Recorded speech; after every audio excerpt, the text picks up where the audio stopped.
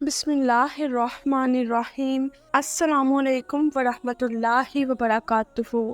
آج کی ویڈیو میں آپ صلی اللہ علیہ وآلہ وسلم کی پیدائش کا ذکر کیا جائے گا کہ آپ صلی اللہ علیہ وآلہ وسلم کی پیدائش کب اور کہاں ہوئی۔ 20 اپریل 571 کے مطابق 12 ربیع الاول کو قبلہ گرائش کے ہاشمی سلسلے میں حضرت عبداللہ بن عبد المطلب کے گھر بی بی آمنہ کے بطن مبارک سے نوع انسانی کا اکمل ترین فرد، دائرہ نبوت کا مرکز، آسمان ہدایت کا آفتاب، عالم رواں سے عالم اجزا میں رونق افروز ہوا۔ کتنا مبارک تھا وہ دن اور کیسا بھرپور تھا رحمتوں اور سعادتوں سے وہ وقت، جب خالق کائنات نے زمین و آسمان اور اس میں رہنے والی مخلوقات کی انتظار کی گھڑیاں ختم کر کے ان کے مقصود و مراد کو ان کے سامنے لا رکھا۔ ان کی منظر آنکھوں کو سکون اور دلوں کو قرار نصیب فرمایا کہ محمد صلی اللہ علیہ وآلہ وسلم دنیا میں تشریف لائے۔ کائنات کی خوش نصیبی کا ظہور اسی سال ہوا تھا جس سال حبشہ اور یمن کے ایک بدقسمت عیسائی نے 60,000 فوج سے اپنے ساتھ بڑے بڑے ہاتھی لے جا کر خانہ کعبہ کو ڈھانے اور نیست و نابود کرنے کے لیے مکہ معظمہ پر حملہ کیا تھا۔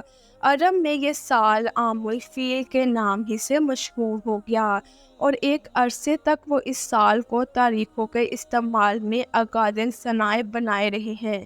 اس دور میں فارس کے بادشاہ کسریٰ کا طوطی بول رہا تھا، مگر کچھ پیشن گوئی کرنے والوں نے کہا تھا کہ دنیا میں کوئی اہم ترین واقعہ پیش آنے والا ہے جس سے اس کی حکومت ختم ہو جائے گی۔ چنانچہ آپ کی ولادت باسعادت کی ہی شب کو کسریٰ شاہ فارس کے محل میں ایسا زلزلہ آیا کہ اس کی کڑکڑاہٹ لوگوں نے سنی اور کیسر و کسریٰ کے 14 کنکر گر پڑے، جو اس بات کی طرف غیبی اشارہ تھا کہ اس حکومت کے 14 حکمران ہوں گے اور اس کے بعد اس کو زوال آ جائے گا۔ اسی طرح وہ آگ جو 1000 برس سے برابر روشن تھی اور فارس کے آتش پرست اس کی پوجا کرتے تھے، شب ولادت میں بجھ گئی۔ اس کے علاوہ اور بھی ایسے بہت حیرت انگیز واقعات ہیں جو رونما ہوئے۔ سرور کائنات عالم حضرت محمد صلی اللہ علیہ وآلہ وسلم جب اس دنیا میں تشریف لائے، آپ کے والد ماجد حضرت عبداللہ کا انتقال ہو گیا اور آپ صلی اللہ علیہ وآلہ وسلم یتیم پیدا ہوئے۔ اہل عرب میں یہ طریقہ بالخصوص شریف خاندانوں میں تھا کہ نومولود بچوں کے لیے دودھ پلانے کو دیہاتی عورتوں کو مقرر کیا جاتا تھا اور یہ خیال کرتے تھے کہ شہری آبادیوں میں رہ کر جس بچے کی پرورش ہوتی ہے اس کی عادتیں اور خصلتیں اچھی نہیں ہوتی۔ ایسا بچہ مختلف لوگوں کے طور طریقے دیکھ کر غیر مستقل مزاج اور کن ذہن ہو جاتا ہے، مخصوص اوصاف میں اس کو پختگی میسر نہیں آتی۔ اس عادت کے مطابق آپ کے لیے بھی ایک دودھ پلانے والی کی تلاش تھی۔ یہ خوش نصیبی حضرت حلیمہ سعدیہ کی تھی کہ اس یتیم کا دودھ پلانا انہیں کو نصیب ہوا۔ بہرحال آپ کی کم عمری اور بچپن ہی سے ایسے عجیب واقعات برابر پیش آتے رہے جو کسی دوسرے کو کبھی پیش نہ آئیں گے۔ ابھی آپ کی عمر 4 یا 6 سال ہی کی تھی کہ آپ کی والدہ ماجدہ کا سایہ بھی سر سے اٹھ گیا اور آپ کی کفالت حضرت عبد المطلب نے اپنے ذمہ لے لی اور بڑی محبت سے اپنے جگر گوشے حضرت عبداللہ کی اس نشانی کو اپنی آنکھوں کا تارا بنا کر رکھا۔ حضور صلی اللہ علیہ وآلہ وسلم کی عمر شریف ابھی 8 سال 2 ماہ 10 روز ہونے پائی تھی کہ حضرت عبد المطلب رخصت ہو گئے۔ اب یہ فخر سرپرستی تربیت حضرت ابو طالب کو نصیب ہوئی۔ حضرت ابو طالب نے ایک مرتبہ شام کا سفر کیا تو اپنے ساتھ فخر کائنات کو بھی لے گئے۔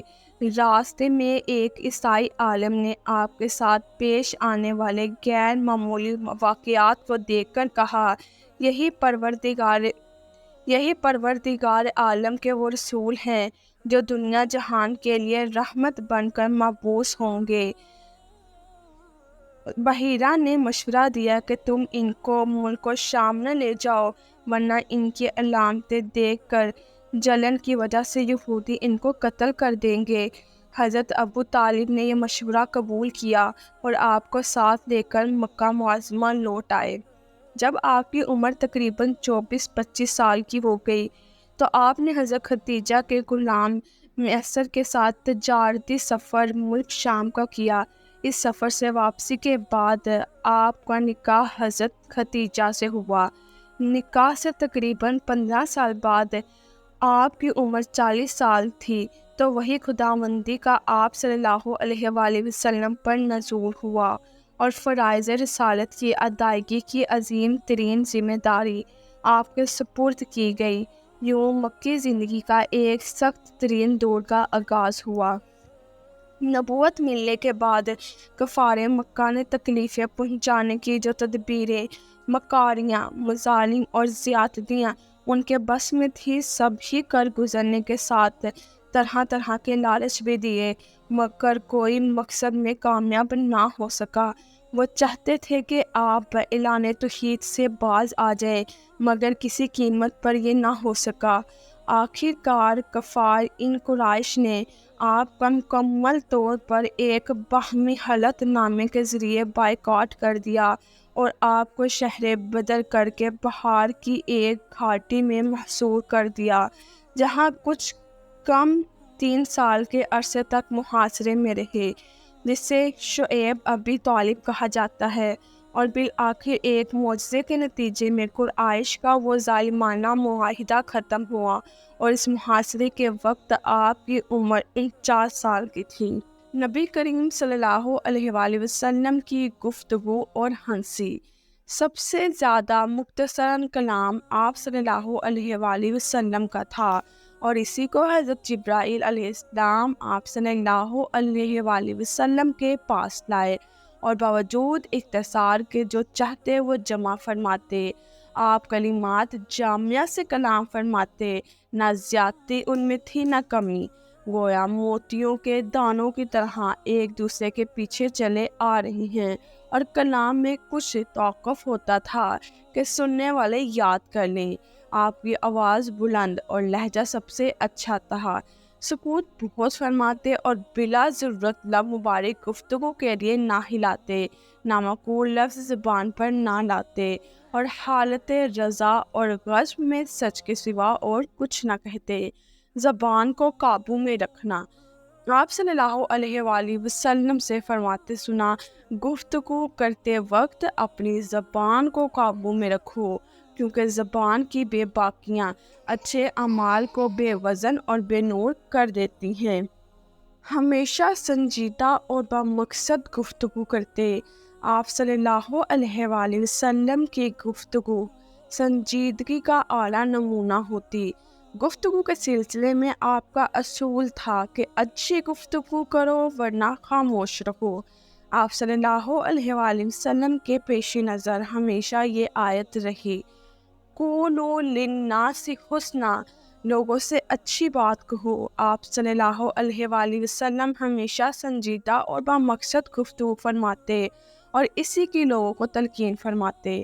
آپ صلی اللہ علیہ وآلہ وسلم کا لہجہ مبارک۔ آپ صلی اللہ علیہ وآلہ وسلم کا لہجہ دھیما ہوتا، جس میں محبت و الفت، رحمت و شفقت کی حلاوت ہوتی۔ دوست و دوست، دشمن بھی آپ کی بات سننے کے بعد کاٹنے کی جرات نہ کرتا۔ مخاطب کو پورے الفاظ سے گفتگو کرنے کا موقع دیتے اور پوری توجہ سے اس کی گفتگو سنتے، اور پھر اطمینان سے اس کے سوال کے جواب دیتے۔ مختصراً الفاظ میں تسلی بخش جواب دیتے، طول طویل کلام سے گریز کرتے، تاکہ سننے والا اکتا نہ جائے۔ آپ صلی اللہ علیہ وآلہ وسلم کے اخلاق قرآن میں حضرت سعد فرماتے ہیں، میں حضرت عائشہ صدیقہ رضی اللہ عنہا کے پاس گیا، میں نے پوچھا آپ صلی اللہ علیہ وآلہ وسلم کے اخلاق کیسے تھے؟ حضرت عائشہ رضی اللہ عنہا نے فرمایا، کیا آپ قرآن نہیں پڑھتے؟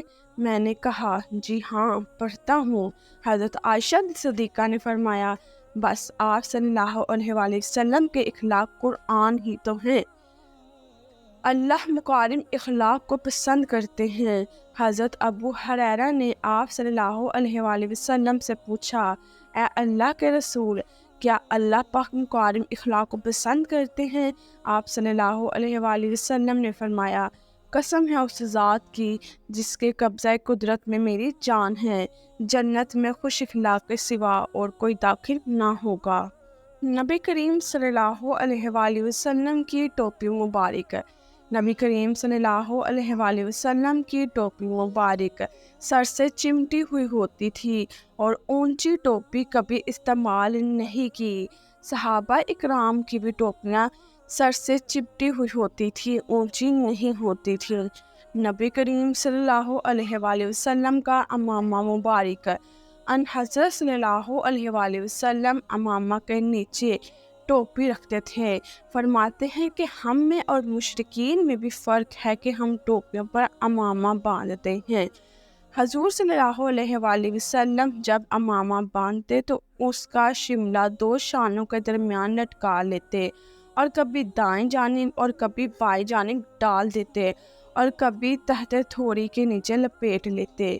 نبی کریم صلی اللہ علیہ وآلہ وسلم کا بیٹے کی وفات پر حضرت انس بن مالک رضی اللہ عنہ فرماتے ہیں کہ جب نبی اکرم صلی اللہ علیہ وآلہ وسلم کے بیٹے ابراہیم کا انتقال ہوا تو آپ کی آنکھوں سے آنسو بہہ رہے تھے اور زبان سے یہ جملے ارشاد فرما رہے تھے، آنکھیں رو رہی ہیں اور دل غم زدہ ہے اور ہم صرف وہی بات کہتے ہیں جس سے ہمارا رب راضی ہوتا ہے، اے ابراہیم تیری جدائی پر ہم غم زدہ ہیں۔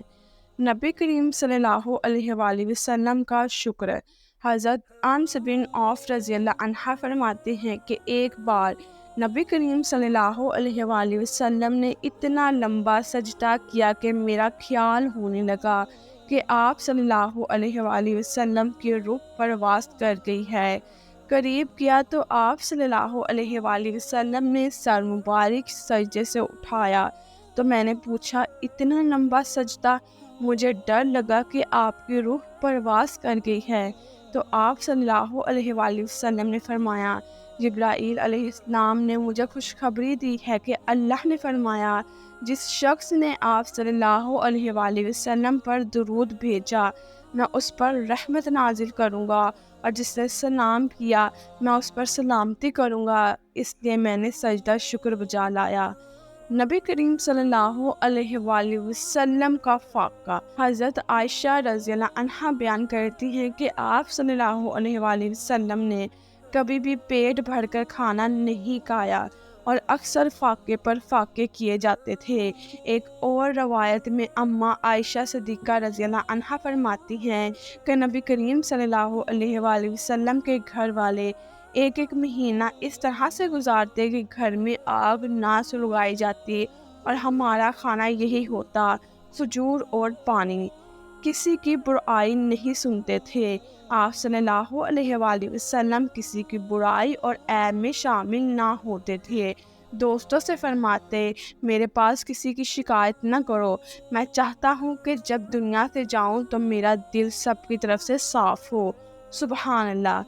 نبی کریم صلی اللہ علیہ وآلہ وسلم کی مسکراہٹ۔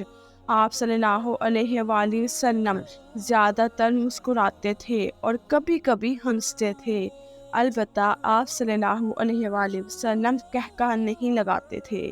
بیداری کے بعد کا عمل۔ حذیفہ رضی اللہ عنہ سے روایت ہے کہ رسول اللہ صلی اللہ علیہ وآلہ وسلم رات میں جب نیند سے بیدار ہوتے تو اپنے منہ کو مسواک سے اچھی طرح رگڑ کر صاف کرتے تھے۔